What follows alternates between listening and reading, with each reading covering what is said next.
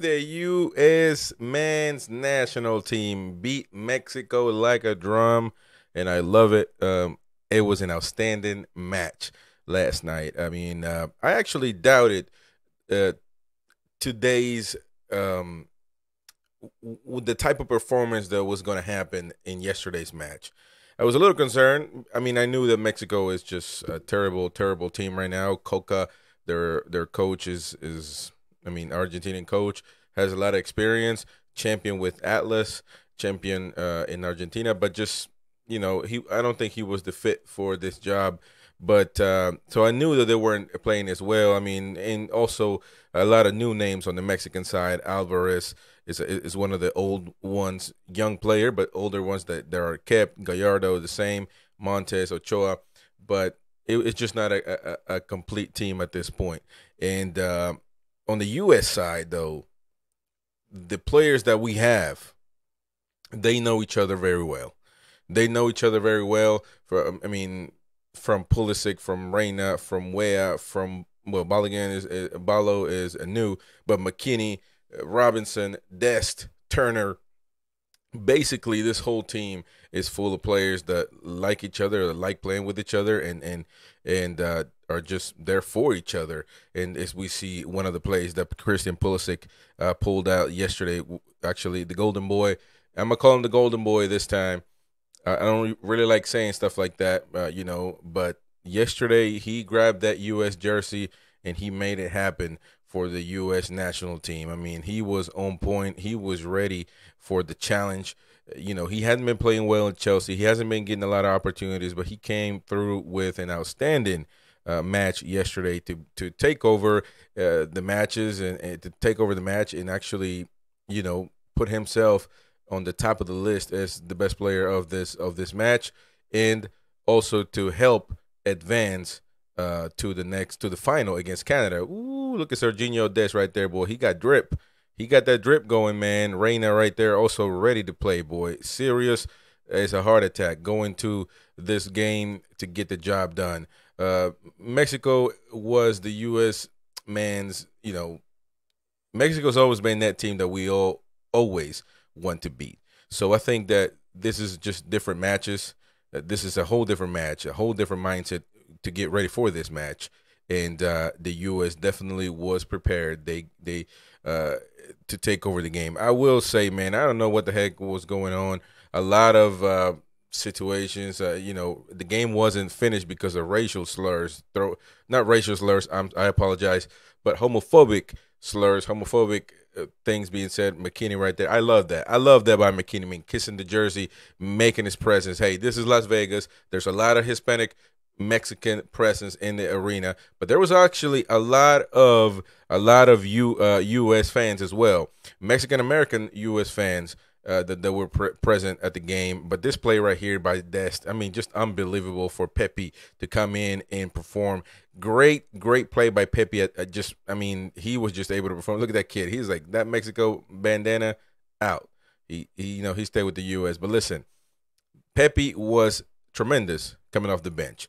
I don't know that I'm sure that Balo should start. I mean, he was the first American to start in so many games. I mean, there's only been a few players that actually made their debut against Mexico and won.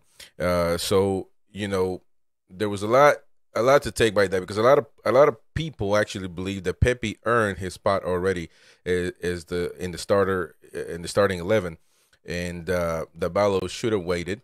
But listen, that's the interim coach's decision to make. And one thing I will say is the rumors keep getting closer and closer. As of right now, I don't have anything to say that is confirmed by U.S. Soccer, but it is looking like Belharter will come back as the manager for the U.S. national men's team, and I don't agree with that decision. Let's say one thing. Let's keep one thing in mind, though. He never resigned his position, and he was never fired either. He was not fired. So, in a sense, the scapegoat answer or explanation here is that, hey, his contract just expired, therefore we didn't renew it. We didn't fire him. He didn't quit. So they're using that to be able to just say, hey, it's not like we fired the guy and now we're rehiring him.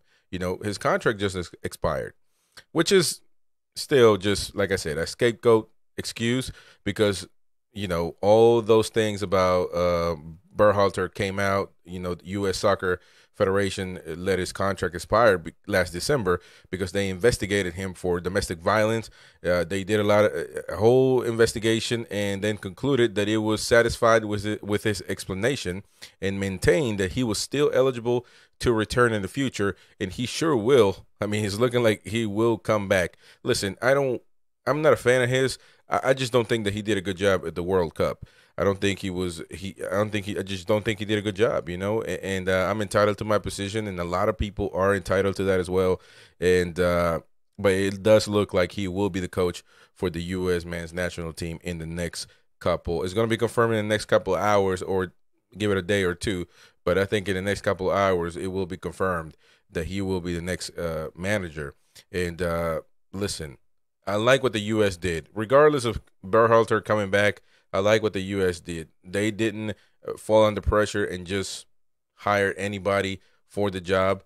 They didn't do that. They waited a long time, but they waited almost 6 months to announce, over 6 months to announce the new head coach. They had an interim coach. He went to Qatar. They had another one in Gallagher. So, I like what they did. They took their time, and they were able to, come up with the idea that it was better to have Berhalter come back, which I'm not necessarily sure that it is a good idea. But I will say this: the players like him. They actually are excited for him to come back. I will say this also. I keep saying that I will say, but also being said that Pepe is not one of his favorite players, and vice versa. Berhalter is not one of his favorite coaches.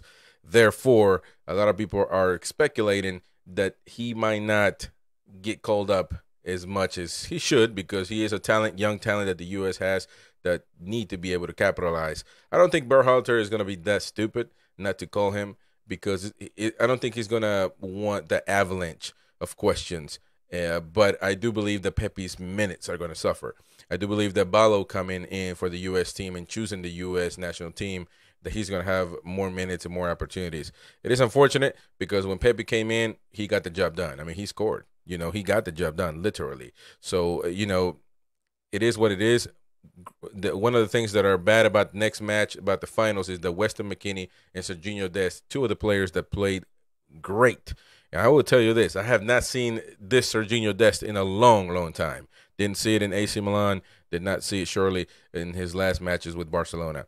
And this was just a player that I haven't seen in a long time, man. The way he took over, the way he dribbled past those Mexican defenders on the left side for Mexico, right side for the U.S., I mean, it was something that I hadn't seen before. And if that is his present, then it's going to be dangerous for the opposite when it comes to facing Serginho Dest, and a great thing for the United States team, where also a great matchup, playing in this case on the right-hand side. He had been playing defender right back in his club, but now coming and taking the opportunity to play in as a forward, right winger.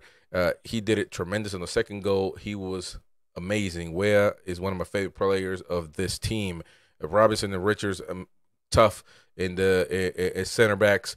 2 yellow cards right there, though, so they just have to be able to play without putting themselves at risk, although this is a tough derby to play as a center back. Musa, incredible game by Musa, man. Just an outstanding matchup. Reina also behind Balo, and Pulisic on the left side coming in, just tremendous. Pulisic was the best player, was the golden boy, was Captain America last night.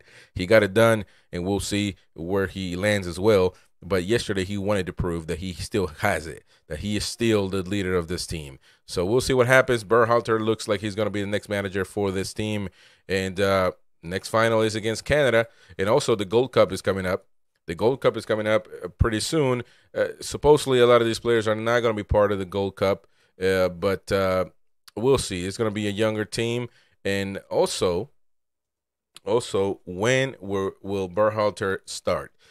he's definitely has to start for the Gold Cup. I don't think they're going to play another tournament with an interim coach.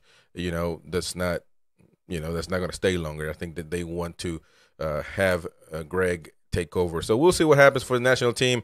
But we are happy and astounded. And I'm happy about this win for the U.S. national team. So, hey, this is it. My name is Chris Rodriguez. This was just a short overview, post-match review of what happened last night. And, hey, by the way, if we go to the stadium, man, let's not do no racial, no homophobic slurs, no homophobic phrases. Let's not yell. Let's not throw cups of water, cups of beer. Let's keep it simple. Let's not be like other countries and leagues. We are the United States of America. Let's have some dignity when we lose or when we win. Let's learn how to win. So see y'all next time. Bye-bye.